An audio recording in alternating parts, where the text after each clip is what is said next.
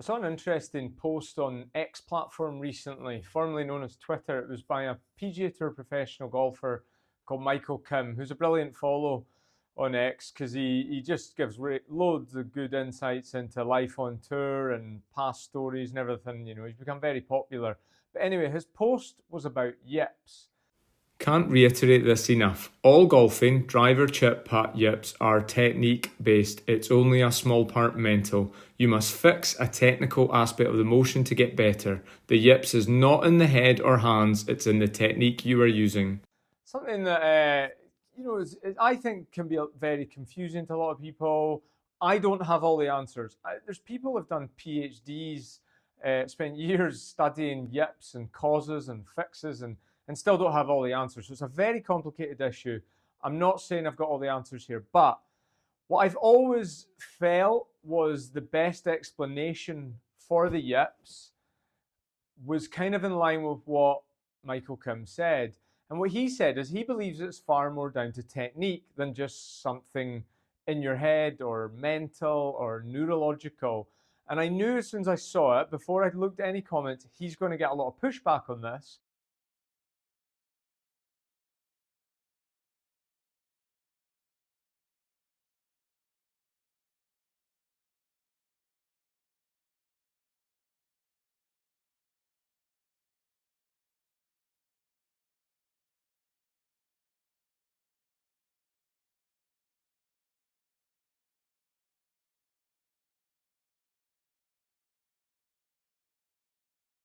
Because there's a lot of people out there who have suffered from the yips and are fully convinced that it is just something that happened in their head, can't be explained easily, and it is what it is.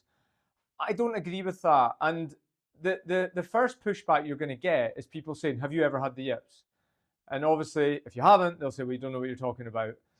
My kind of comeback on that is if you go to a doctor and he's giving you advice on a medical condition you have, would you say to the doctor, "But you've never had that medical condition, you can't help me"? No. So that's why I don't like that argument. But not only that, somebody that's had the yips for, even if they've had the yips or not had the yips, or they just had a friend that's had the yips or something, they're still only talking about, they've only experienced what they've experienced themselves, or maybe they've seen very close. You're talking about using a sample of a couple of people, maybe. Golf coaches, maybe people like Michael Kim, I don't know his background, what all he's done. And for what it's worth, he actually said he has had problems with the yips.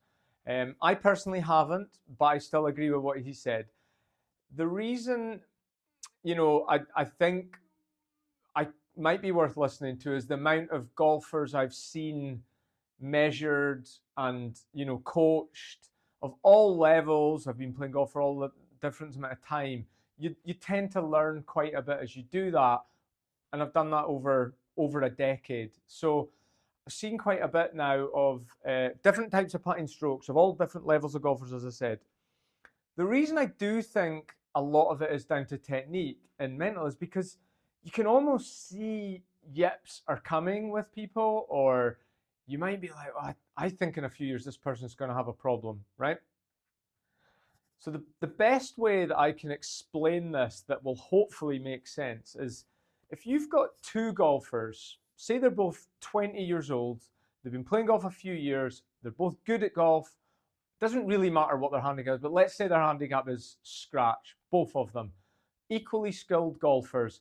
If you had access to their putting stats, for example, let's just say they were completely even at putting as well, and they were solid putters for their handicap.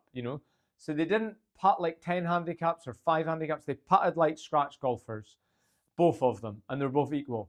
But the difference with the golfers was one of them had, a sort of, if you like, a more neutral putting stroke, a cleaner putting stroke, a more on plane putting stroke.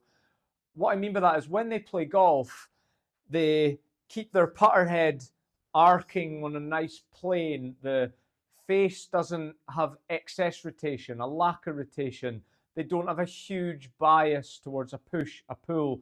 They don't have, rapid acceleration or anything too quirky. They're just fairly by the book, good solid putter and they get good solid results. Okay, golfers like that definitely exist. The other golfer does it pretty differently. He or she aims way different to where they actually think they're aiming, and they manipulate the putter in the stroke. Their path is very out to in or in to out. They play with like a big pull bias, a push bias. They take the putter back very slowly and they have a lot of rapid acceleration. I deal with those golfers like all the time, right? So they totally exist, but they can still be good at golf and good at putting, doing all those things. I'd argue it's not the best way to go about it, but it's possible. So from the outside, you could look at these two golfers and think they're equally skilled golfers. They're equally skilled at putting. You know, I wouldn't. So you couldn't say one has a better technique than the other without really delving into their technique.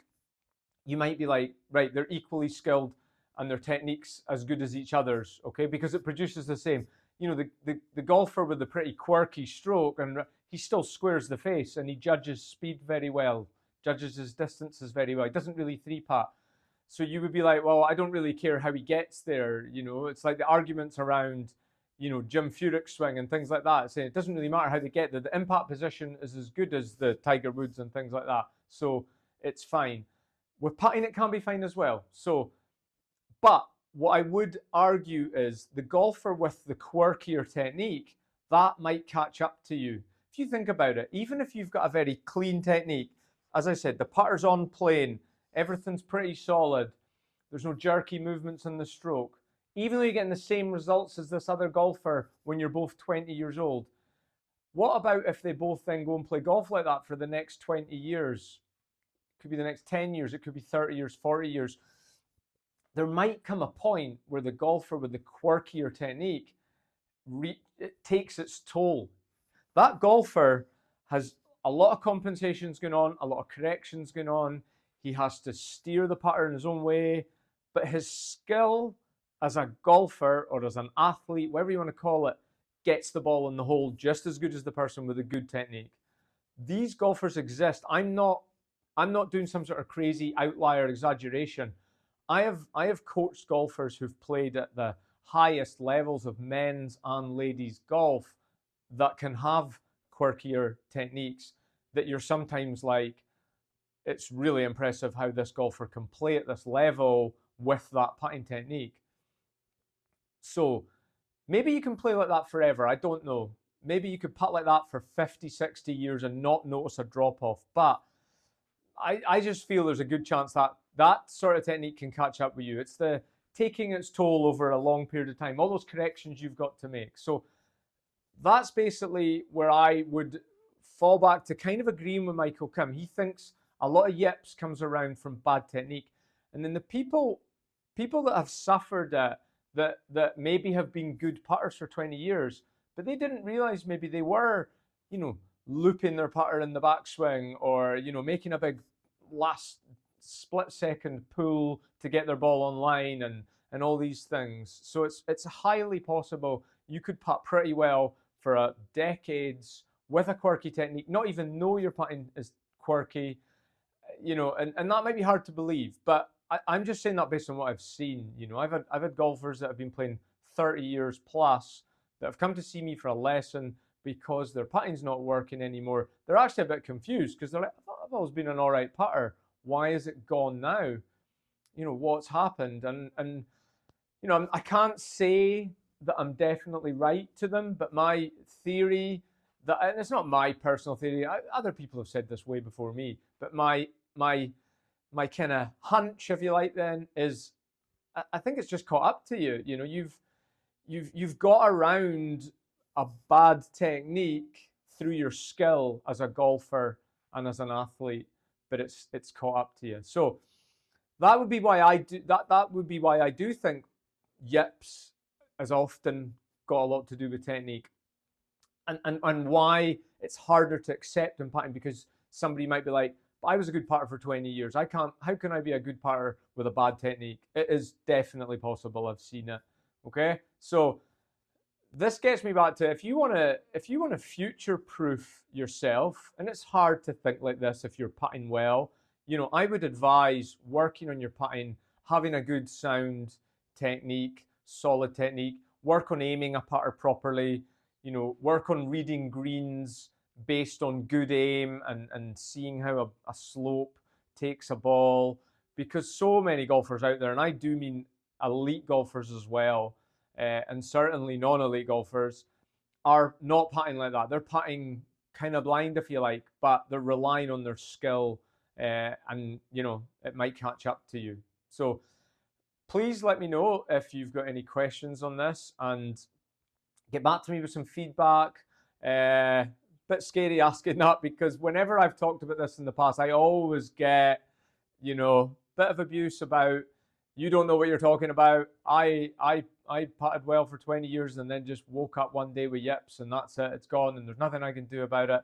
So if you feel there is nothing you can do about it, find out what your technique's like, and it would be great if you can get your stroke measured on, good technology that can measure face and path data.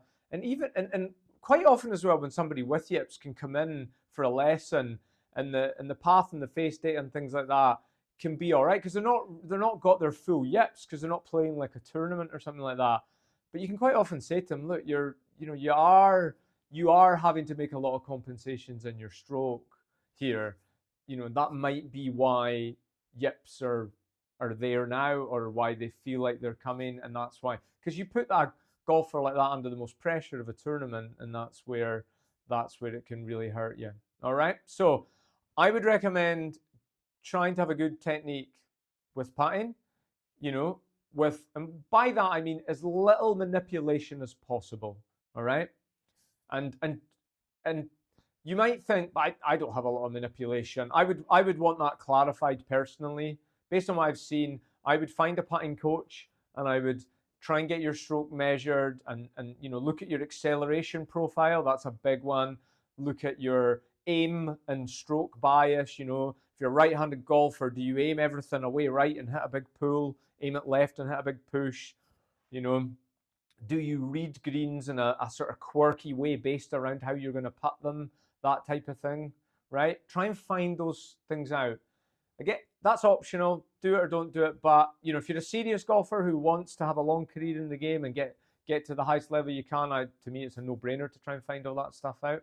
All right, so I will leave you now, and please just reach out. Any questions? I'd like to have a discussion about this. I don't claim to have all the answers, but I stand with Michael Kim on this. I do believe yips, and it would apply to short game as well.